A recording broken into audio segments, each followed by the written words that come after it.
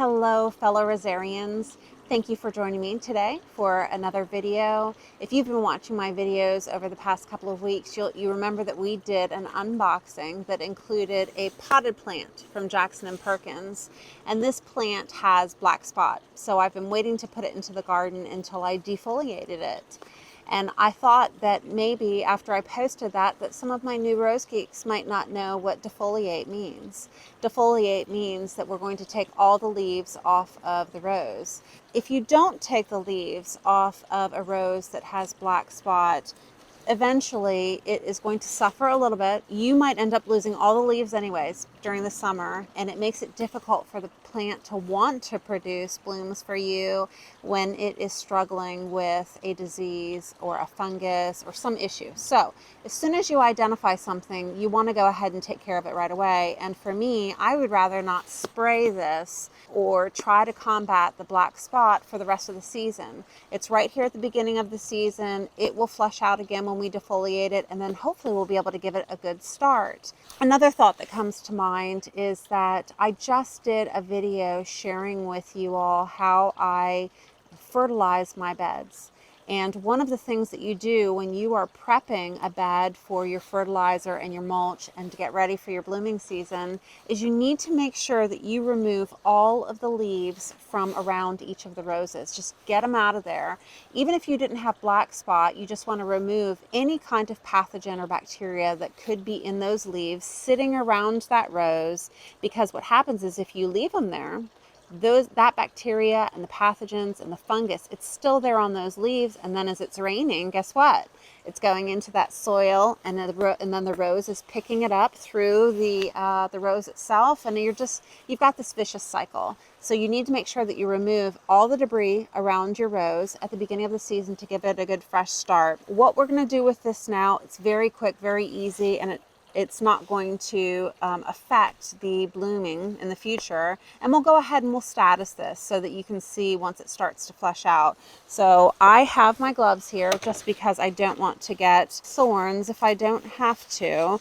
If you notice with your roses during the growing season that you have black spot, you can take off just one leaf at a time as you see it, and I do that all the time. It's something that all gardeners are going to struggle with because just rain hitting a rose can cause black spot. So there are a lot of things that are out of your control, and all you can do is try to deal with it and pull them off as you see them. So this is a leaf that has black spot.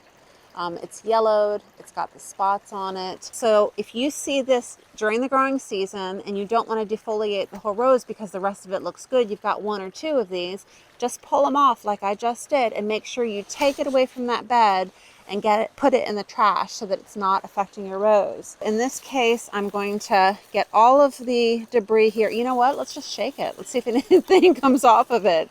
So now I can even see that there are some little tiny leaves that are still down here in the bottom, and I want all of these out. So we've done that now. Let me take my label out so that's out of the way.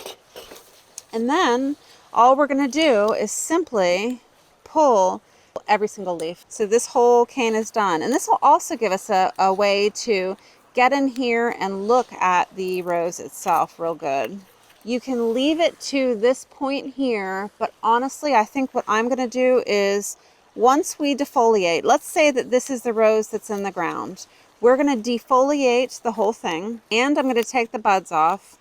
I know I hate doing that, but it allows it to put all of its energy into its roots and recuperating and not worry about blooming right now, because we're not worried about that. We're going to get so many flushes from this rose through the season. And I know that this might be scaring a lot of you right now, but roses are so resilient.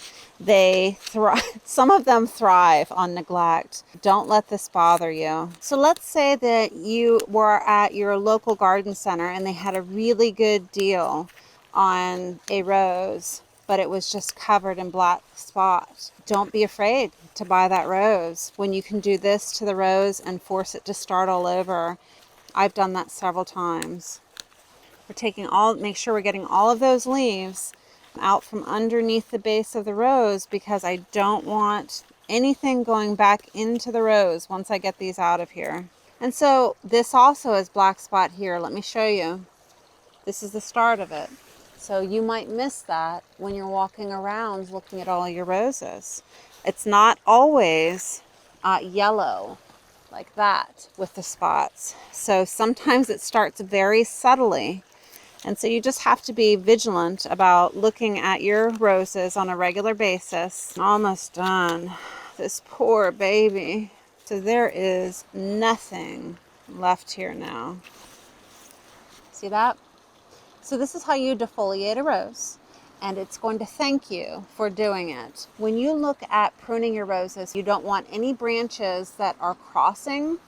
I mean, this is a hot mess. Look at this. You typically want to leave 3 to 5 canes, something like that, and you want it to kind of be arched out so that it can really spread and branch. But what I've got here is just a jumbled up mess. One of the things that I also want to share with you, so I'm kind of glad this came up, that I decided to cut it back, is how do you go around your garden and prune and keep viruses, pathogens, bacteria from spreading rose to rose. And when I first started gardening, I thought it was a bunch of halloo, that anybody would clean their clippers after each cut. I thought that's crazy, Those people are neurotic. Well, guess what? I've turned into a neurotic person because I've got so many roses and I can't take a chance that any of them get bacteria. And I have, from personal experience, I've had like a YOLO attitude and gone out there and just cut everybody. And then I come to find out I've got black spot and it's just going down the row. What I want to share with you is I use a paint bucket that I got a couple of years ago from Lowe's. And then I use 91% alcohol. It's fairly inexpensive. You can buy them in a pack of 2, and I'll go ahead and link that down below. It's like $3, right? And so then I take the alcohol and I'm going to put it in here high enough so that my clippers, you know what, we're just going to go all the way in here. So my clippers, they just sit in here. And so as I'm going around the garden, each cut I make, I just sit it right back in here. And usually about every 100 roses or so, I have spigots around the yard. And so I go ahead and pour this out and rinse it, and then rinse my clippers again, and then go ahead and put it in. But this makes me feel like I don't have to get wipes, and that's just too much of a process. So as long as you're not getting soil in here or anything stuck in there, simple alcohol is enough to just take care of any bacteria.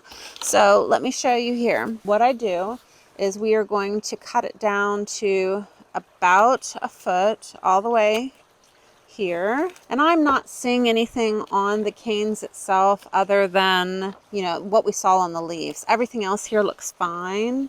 So I'm just being extra careful and showing you how to go ahead and cut through here. This is going to flush out in a couple of days. Let me cut that one again.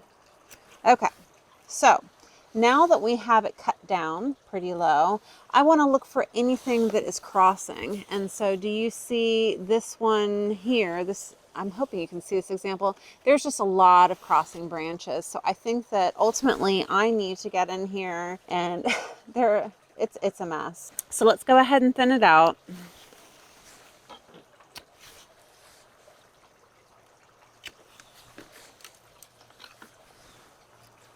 And alcohol is fine. Alcohol is not like bleach. I've seen people who use bleach on their secators or their clippers. If you imagine putting that into bleach, certainly it's going to take care of anything that you've got on your clippers. But imagine putting bleach. I mean, you're going to get it all over your clothes. You're going to get it on the plant. It can't be good for the plant. So if you're looking at it here, do you see in this section here how it's crossing? You want it to be, 3 to 5 canes. Think that we're opening it up here. So let's just keep this thing going. Let's get it all opened up. Roses do have die back. Die back is just something like this here, where, do you see it's brown? Can you see that? It's kind of hard to see. Okay, so here, do you see how this one, let me move this out of the way, this one is crossing here over this larger, more dominant cane. So let's go ahead and get rid of the small one. We're looking a lot better. This one, can you see how this is crossing across the whole rose? That doesn't need to be there. So you want to keep all of the canes from going into the center of the rose. You really want to see if you can get everything to force out, because it's going to flush and bloom, but you don't want everything crossing into the center of the rose. Let's see. This is looking pretty good. Pretty good, folks. Hold on. We're getting there. So do you see how I've opened this entire thing up? Here, it's looking a lot better. So again, you're going to make sure that if you do this while it's in the ground, you're going to remove everything that is hitting the ground, the leaves, the canes. I think that's it for now. There you go. We took that rose from a 0 to a hero. So we'll watch this over the next couple of days and you'll get to see it flush out. Because it has already been stressed with the travel and having black spot, I really don't want to subject this rose to any fertilizers right now. I might repot this, folks, because I want to put that biotone in to start those roots thinking about regenerating and growing. So I'm now going to put it in a little bit of a larger pot, give it some fresh soil, give it that biotone, and then let's come back and look at it in a couple weeks and see how it's doing. So I hope this video was helpful and that you won't be afraid to defoliate your roses if you need to. As you see black spot through the season, which is perfectly normal. Just pull off the leaves as you see them, and then in a severe case where the entire rose has just been crippled by it, go ahead and defoliate it in the ground and let it get started again with a fresh start. Just make sure you clear all of that, the leaves and debris underneath the rose. So I hope this video is helpful. I hope that you'll subscribe and hit that alert button so that you can see my next video. Till next time.